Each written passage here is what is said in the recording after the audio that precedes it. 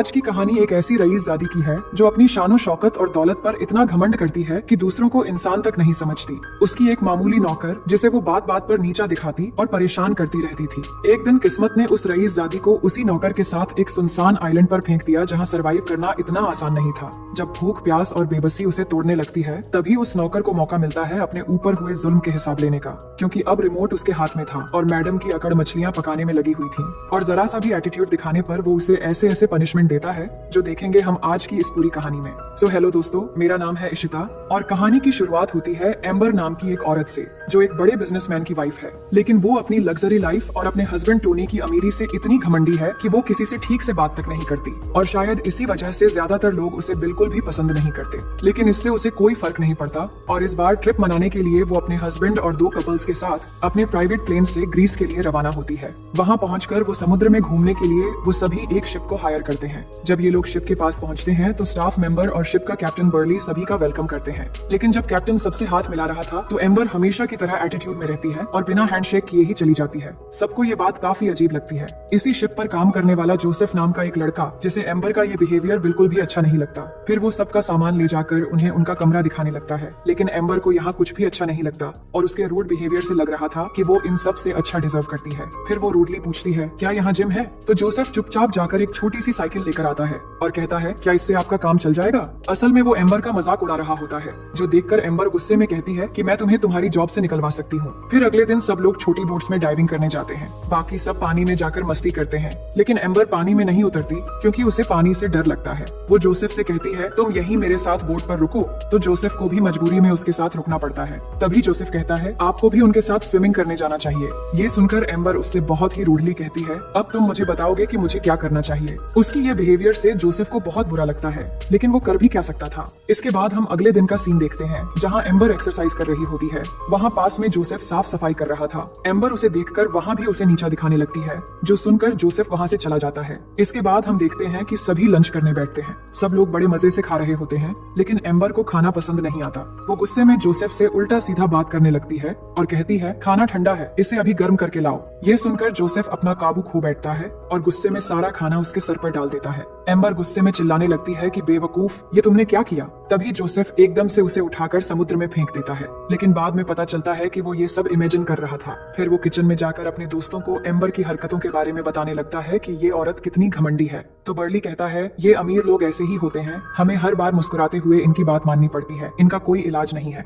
जिसके बाद बर्ली खाना लेकर जाता है, लेकिन वो कैप्टन से भी बदतमीजी से बात करती है कि इन नौकरों से मुझे घिन आती है, इनको बोलो कि मेरे सामने ज्यादा ना आया करें। और ऐसे ही 2 दिन बीत जाते हैं जहाँ एम्बर के सारे नखरे सभी को झेलनी पड़ती है। वो छोटी छोटी बातों पर गुस्सा करने लगती है और सबसे ज्यादा परेशान वो जोसेफ को करती है, जिसकी हरकतों से वो तंग आ चुका था। अब वो ज्यादातर समय उसकी नजरों से चुपके रहने की कोशिश करता है। फिर एक रात नशे की हालत में एम्बर जोसेफ से टकरा जाती है और कहती है, तुम कितने सारे काम करते रहते हो, क्या मेरे साथ चलकर डांस करना चाहोगे? जोसेफ के अंदर तो पहले से ही बदले की आग भड़क चुकी थी और वो समझ रहा था कि वो उसे अपनी ओर आकर्षित कर रही है। फिर वो ये कहकर चला जाता है कि मैं तुम जैसी औरत के साथ कभी डांस नहीं करूंगा। अगले दिन एम्बर कहती है कि उसे फिशिंग पर जाना है। जोसेफ उसे समझाता है कि हमें इसके लिए काफी दूर जाना होगा और मौसम खराब होने वाला है, इसलिए शिप छोड़कर जाना बेवकूफी होगी। लेकिन एम्बर तो किसी की नहीं सुनती और जिद करने लगती है, तो जोसेफ उसे एक मोटर बोट से दूर ले जाने लगता है। लेकिन काफी दूर जाकर अचानक बीच रास्ते में बोट बंद हो जाती है। जोसेफ स्टार्ट करने की बहुत कोशिश करता है पर इंजन चालू ही नहीं होता। फ्यूल चेक करने पर पता चलता है कि बोट में तो पेट्रोल ही नहीं है और उसने आते समय पेट्रोल चेक भी नहीं किया था। एम्बर भड़क जाती है कि इसे जल्दी स्टार्ट करो, मुझे फालतू की टेंशन नहीं चाहिए। जोसेफ कहता है, मैंने पहले ही कहा था कि मत चलो, लेकिन तुम्हारी जिद की वजह से अब मैं भी यहाँ फंस गया हूँ, इसलिए चुपचाप बैठी रहो, अब किसी के आने का इंतजार करना होगा।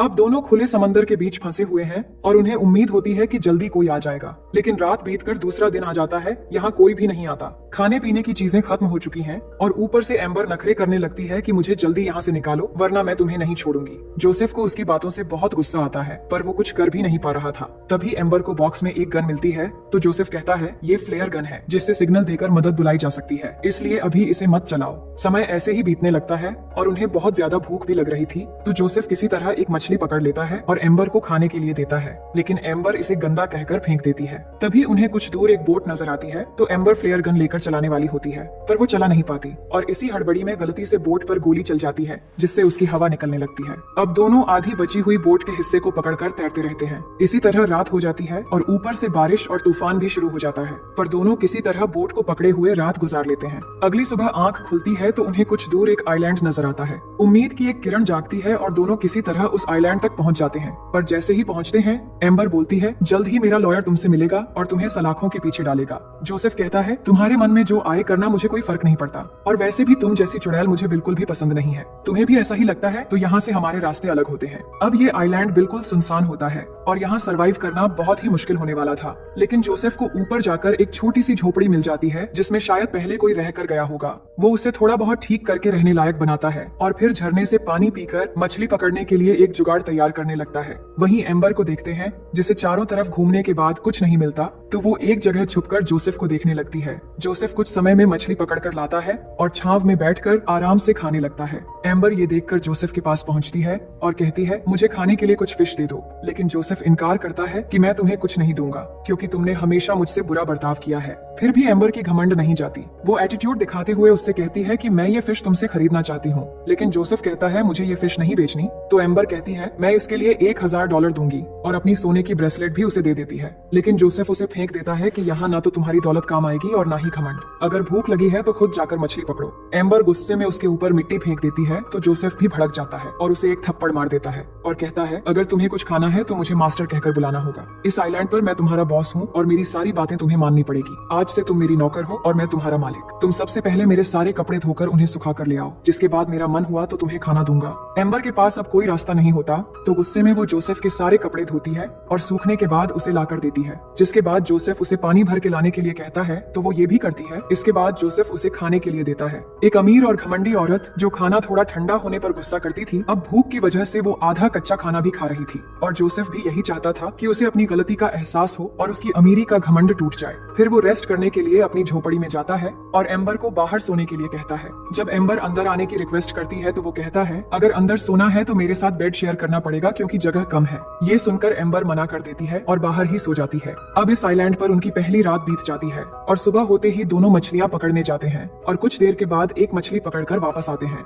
लेकिन अब जोसेफ पूरी तरह बदल चुका था और उसकी रूडनेस बढ़ती जा रही थी। वो सिर्फ मछलियां पकड़ के लाता है और बाकी सारा काम उससे ही करवाता है और थोड़ा सा भी घमंड दिखाते ही वो उसे बहुत सताता है। फिर एक दिन जब वो मछलियां पकाने के लिए लकड़ियां इकट्ठा करके लाती है तो जोसेफ उसे गाना गाते हुए डांस करने के लिए कहता है और मजबूरी में एम्बर भी उसकी सारी फरमाइशें पूरी करती है।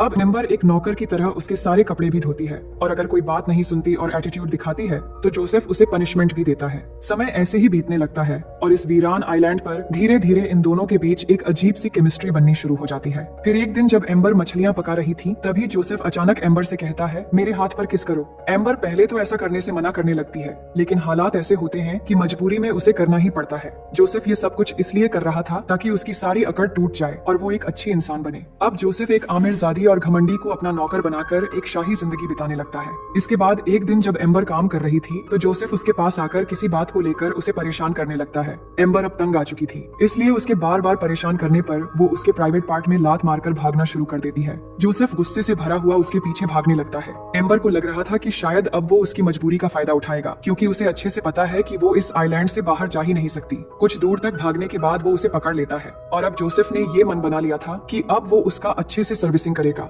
लेकिन उसके साथ ज्यादा कुछ किए बिना कुछ देर तक उसे किस करके छोड़ देता है। वो असल में उसे एहसास दिलाना चाहता था कि मजबूर होने पर कैसा महसूस होता है। इसके बाद वो उसे ये कहकर चला जाता है कि तुमने हमेशा अपने से छोटे लोगों के साथ बदतमीजी से बात की है, लेकिन वो भी तो इंसान है। अब तुम एक सच्चे इंसान बनकर मेरे पास आओगी तो मैं तुम्हारी मदद करूंगा। असल में जोसेफ कहीं न कहीं एम्बर को पसंद करने लगा था, इसलिए वो उसे सिर्फ ये एहसास दिलाना चाहता था कि जो उसने आज तक दूसरों के साथ किया है वो गलत था। अब एम्बर को भी बहुत जल्द अपनी गलती का एहसास हो जाता है। जोसेफ उसके साथ कुछ भी कर सकता था, लेकिन उसने ऐसा कुछ नहीं किया। वो पूरी रात समंदर के पास बैठ के बिताती है और फिर अगली सुबह वो जोसेफ के पास जाती है और उसके पैरों को चूमते हुए उससे माफी मांगने लगती है। जोसेफ भी उसे माफ कर देता है, जिसके बाद दोनों अच्छे दोस्त बनकर रहने लगते हैं और हर काम मिलकर करते हैं। इनकी जिंदगी अब पूरी तरह बदल चुकी है और धीरे धीरे दोनों एक दूसरे के और भी करीब आते जा रहे थे। फिर एक रात दोनों खुद से काबू खो देते हैं और सारी हदें पार कर जाते हैं। एम्बर को भी एहसास होता है कि उसे जोसेफ से प्यार हो चुका है। दोनों एक साथ झोपड़ी में रहते हैं और अपनी तन्हाई को एक दूसरे के साथ बांटकर खूबसूरत बनाने की कोशिश करते हैं।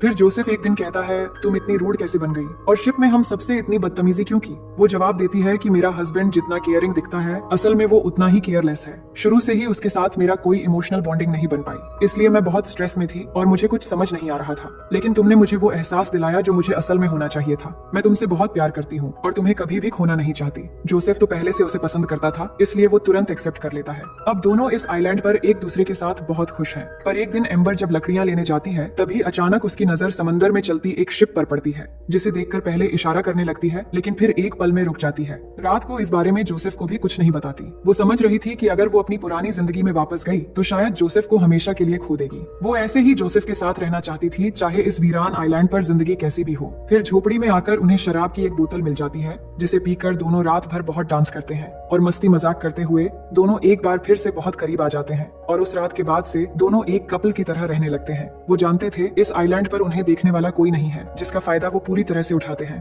अगले 3-4 दिन दोनों ऐसे ही मस्ती और एंजॉय करते हुए बिताते हैं, साथ में मछलियां पकड़ते हैं और हर एक मोमेंट को यादगार बनाने की कोशिश करते हैं। एम्बर तो वापस जाना नहीं चाहती थी, लेकिन जोसेफ इन सब के बीच इसी उम्मीद में था कि उनकी मदद के लिए कोई ना कोई जरूर आएगा। फिर एक दिन जब वो बीच पर रेस्ट कर रहे थे, तभी उन्हें एक बोट दिखाई देती है। जोसेफ खुश होकर बोट को इशारा करना चाहता है, लेकिन एम्बर उसे रोक लेती है और कहती है, अगर हम यहाँ से गए तो हम दोनों हमेशा के लिए अलग हो जाएंगे। मैं तुमसे बहुत इश्क करने लगी हूँ और हमेशा तुम्हारे साथ ऐसे ही रहना चाहती हूँ। वो बहुत रिक्वेस्ट करती है, पर जोसेफ उसे प्यार से समझाता है कि अगर हमारा प्यार सच्चा है तो चाहे हम कहीं भी रहें, एक दूसरे के साथ रहेंगे और हमारा प्यार भी जिंदा रहेगा। मुझे तुम पर पूरा यकीन है कि मेरे बुलाने पर तुम मेरे पास जरूर आओगी। जिसके बाद वो बोट को इशारा करता है और दोनों को वहाँ से रेस्क्यू कर लिया जाता है। अब दोनों बोट पर होते हैं और एम्बर के हस्बैंड टोनी को खबर मिल जाती है कि एम्बर मिल चुकी है। वो उसे रिसीव करने बोट पर आता है और एम्बर को गले से लगा लेता है। फिर जोसेफ से कहता है, तुमने मेरी वाइफ की जान बचाई है, मैं तुम्हारा एहसान कैसे चुकाऊंगा? पर जोसेफ का चेहरा उतरा हुआ था, वो कोई जवाब न देते हुए बस चुपचाप वहाँ से चला जाता है। इसके बाद जब वो एक क्लब में जाता है तो वहाँ एक आदमी आता है, जिसके हाथ में पैसों से भरा एक बैग होता है। ये टोनी ने जोसेफ के लिए इनाम के तौर पर भेजा होता है, लेकिन जोसेफ बैग फेंक देता है कि मुझे कोई इनाम नहीं चाहिए। पर वो आदमी बैग वहीं छोड़कर चला जाता है। जोसेफ बैग खोलता है तो अंदर पैसे भरे होते हैं। वो उन्हें वापस लौटाने के लिए निकलता है, लेकिन रास्ते में एक ज्वेलरी शॉप देखकर एम्बर के लिए वहाँ से एक महंगी रिंग खरीद लेता है। अब वो फैसला कर चुका था कि वो एम्बर से शादी करेगा, इसलिए उसे कॉल करके बताता है कि मैं तुम्हें बहुत मिस कर रहा हूँ, काश हम दोनों आइलैंड पर ही रह जाते तो अच्छा होता। एम्बर जवाब देती है कि मैं हमेशा तुम्हारा साथ दूंगी, जो भी तुम्हारा फैसला हो वो कल मेरे जाने से पहले एक लेटर में लिखकर मेरे होटल के रिसेप्शन पर छोड़ देना, मैं उसे जरूर रिसीव करूंगी। जोसेफ वही करता है और एम्बर के नाम एक लेटर लिखता है कि मैं तुमसे शादी करना चाहता हूँ, हम हमेशा के लिए किसी दूसरे देश में चले जाएंगे और वहीं एक नई शुरुआत करेंगे। तुम्हें ये लेटर मिलते ही पोर्ट पर आ जाना, मैं वहाँ तुम्हारा इंतजार करूंगा। ये सब कुछ लिखने के बाद वो उस रिंग के साथ लेटर को रिसेप्शन पर छोड़ देता है, लेकिन सुबह होते ही एम्बर से पहले वो लेटर टोनी के हाथ लग जाता है और वो एम्बर तक पहुंचने नहीं देता। अब एम्बर जोसेफ के लेटर का इंतजार करके मजबूरी में अपने हस्बैंड के साथ हेलीकॉप्टर में जाकर बैठ जाती है। तभी टोनी होटल के एक स्टाफ मेंबर के हाथों टिप के साथ वो लेटर दे देता है, जिसमें जोसेफ की बोट का एड्रेस लिखा हुआ था। फिर वो लड़का लेटर ले जाकर जोसेफ को देता है कि ये उन लोगों ने भेजा है जो अभी हेलीकॉप्टर से जा रहे हैं। जोसेफ तुरंत खोलकर देखता है कि ये तो उसी का भेजा हुआ लेटर है जिसमें अंगूठी भी थी। इसके बाद वो दौड़ते हुए हेलीकॉप्टर के पास पहुंचने की कोशिश करता है, लेकिन तब तक बहुत देर हो चुकी होती है। एम्बर यही सोचकर दुखी हो रही थी कि जोसेफ ने कोई लेटर नहीं भेजा, और वहीं जोसेफ समझ रहा था कि एम्बर ने लेटर वापस करके हमेशा के लिए उसे छोड़ दिया है, लेकिन उन्हें नहीं पता था कि टोनी ने उन्हें अलग करने के लिए ऐसा किया है। जोसेफ वहाँ पहुँचता है और अपने टूटे हुए दिल के साथ वो रिंग जोर से उसकी तरफ फेंक देता है, जो सीधे जाकर समुद्र में गिर जाती है। अब दोनों की मोहब्बत टोनी की वजह से हमेशा के लिए अधूरी रह जाती है, और इसी गलतफहमी के साथ ये अधूरी प्रेम कहानी यहीं पर खत्म हो जाती है। तो दोस्तों, आपको क्या लगता है, इस कहानी का एंडिंग ऐसे होनी चाहिए थी? आप हमें कमेंट करके जरूर बताएं। मैं उम्मीद करती हूँ ये कहानी आपको बेहद पसंद आई होगी।